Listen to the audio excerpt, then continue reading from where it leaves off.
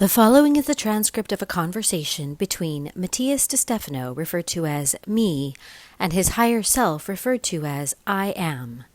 27th June 2021. History. Me. I liked what you said, that when we change our perspective of the world, and that we stop living life as processes that must end in order to rest, and start living it as a constant process of innovation, we can live paradise here and now. I think it's an important thing to recognize because it empowers us in every act we do. I am. You have spent a long time projecting things outside, seeking harmony in later situations, in external, divine, and intangible realities. It is time to start seeing reality from a less hopeful vision. Me. In what sense?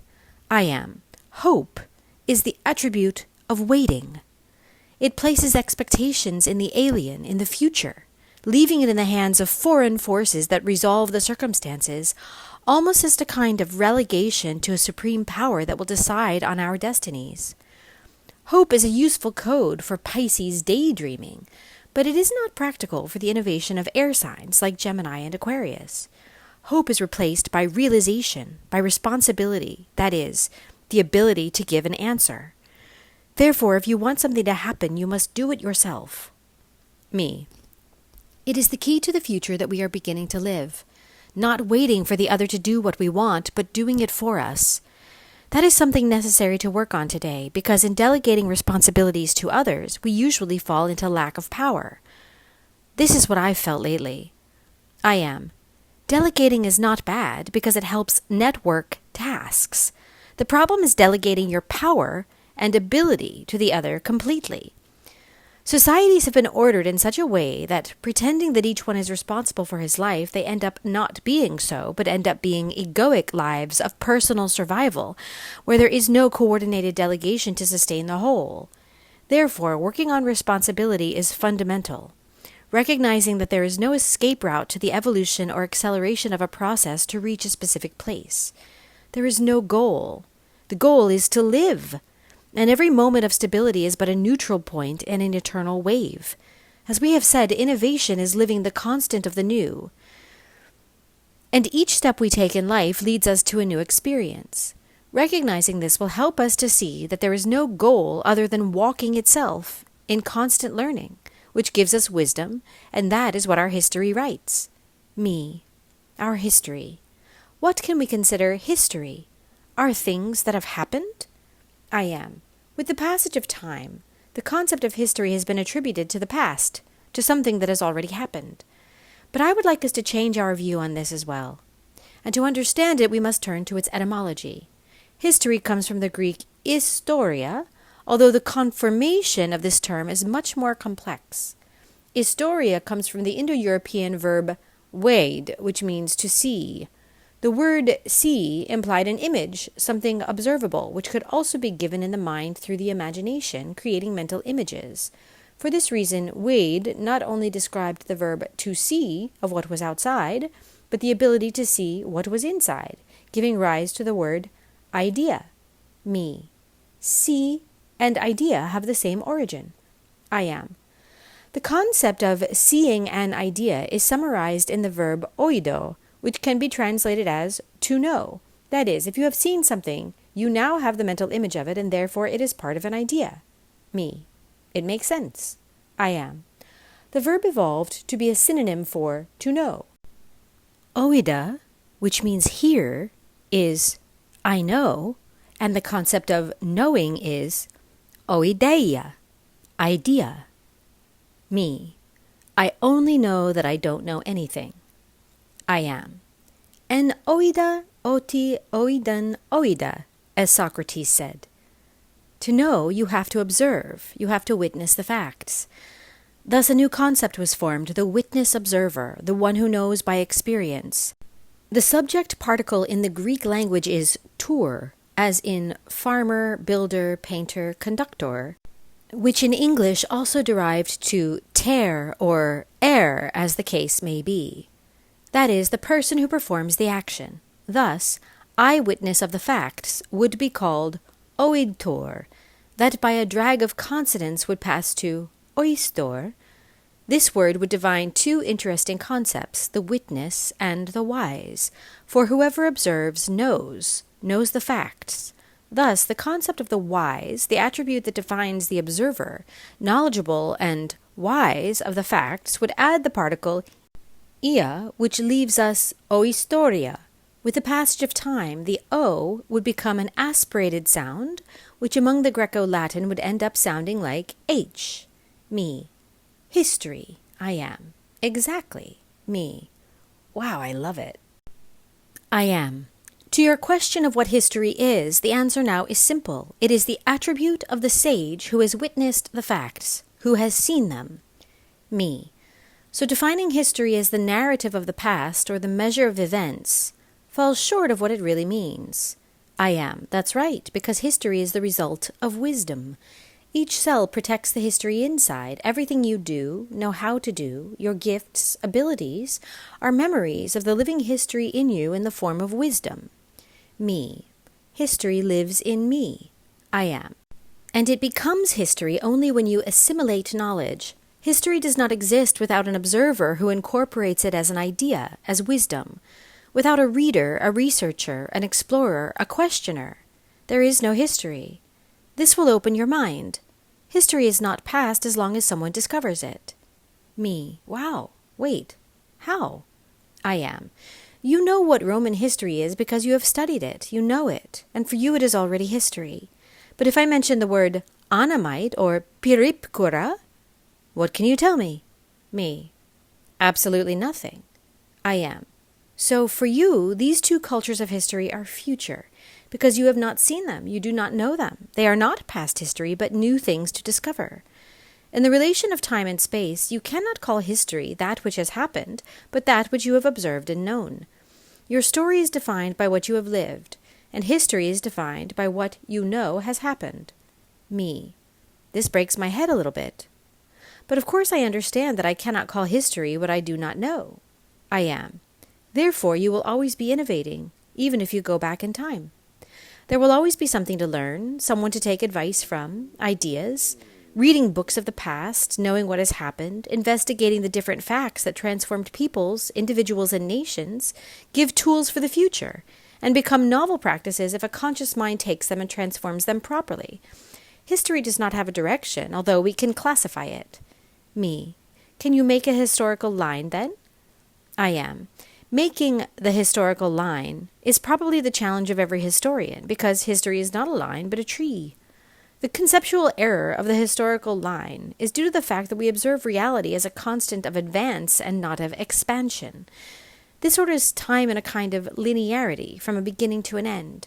But so many facts overlap that this line has no choice but to branch, and eventually you will get a tree. Me. The tree of history. I am. The tree of life and knowledge. What you call origin is the central trunk, which does not have an origin because it has hundreds coming from its roots. In this tree, a common point is sought, but what conforms it is not common as central, but expansive.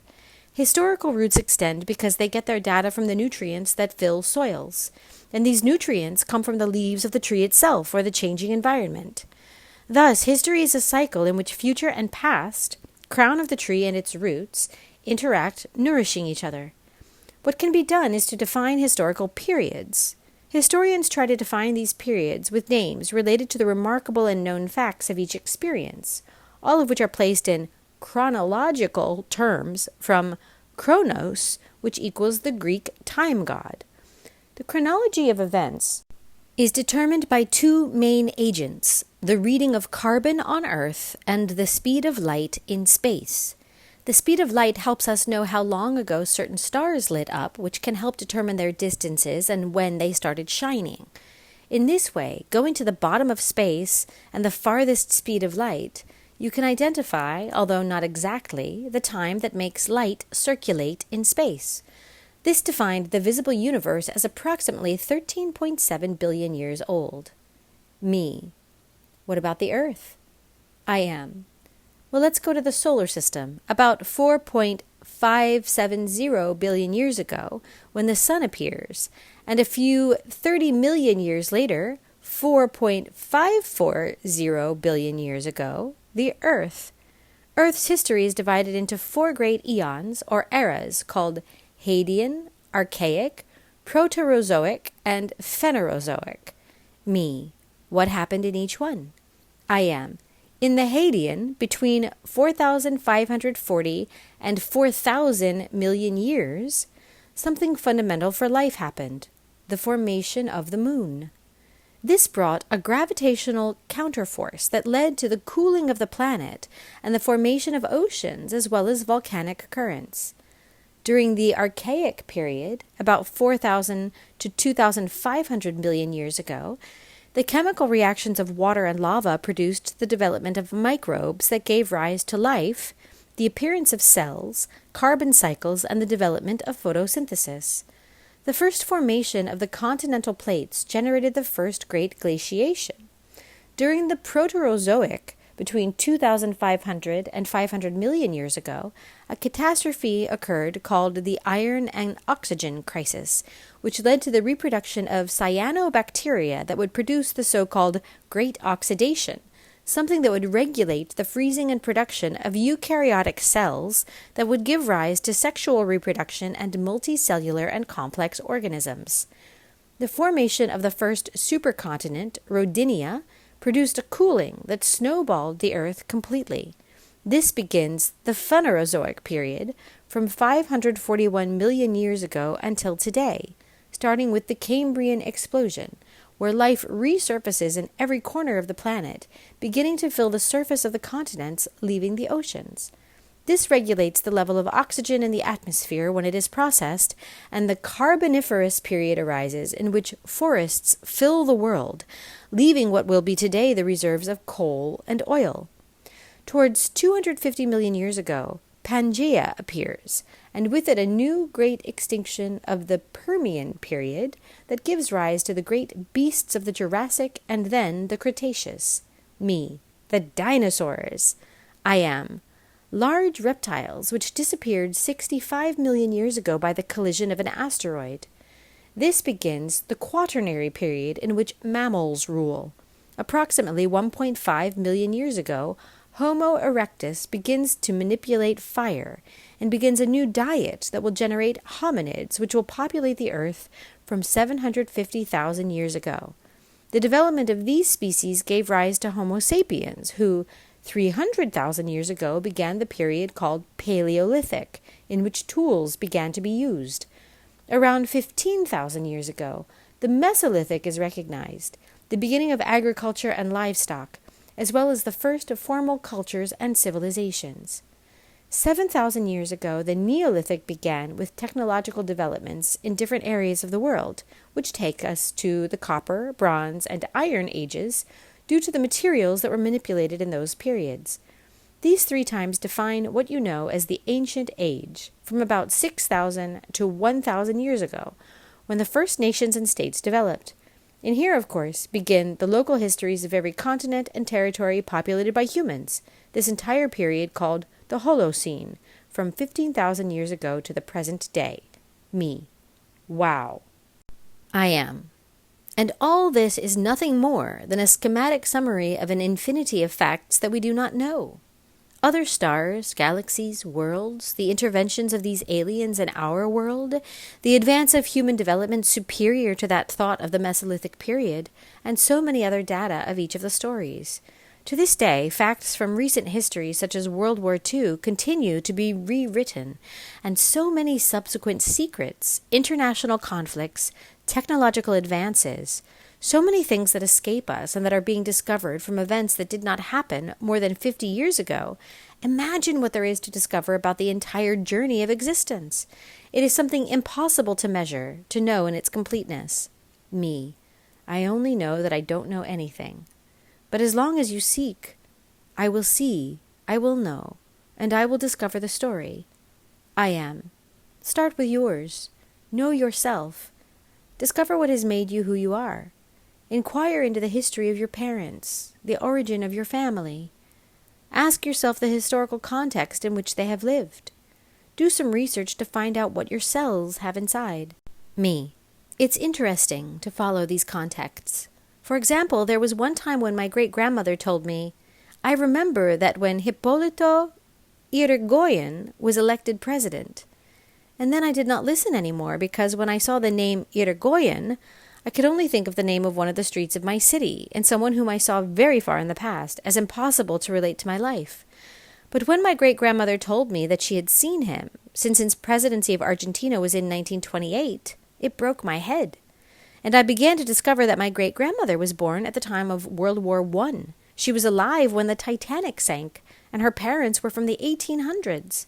That is, from the 19th century it suddenly seemed so close to me. I saw that my great-great-grandparents on my grandfather's side emigrated because of the War of Naples and the unification of Italy. That is to say that not even Italy existed as such. In other words, they were still born to parents who were from the Kingdom of Naples. All this brought me closer to my story, and I realized that all those events lived in me. The hunger for war, the uncertainty, migrating on a boat for 35 days without knowing where they were going, learning another language.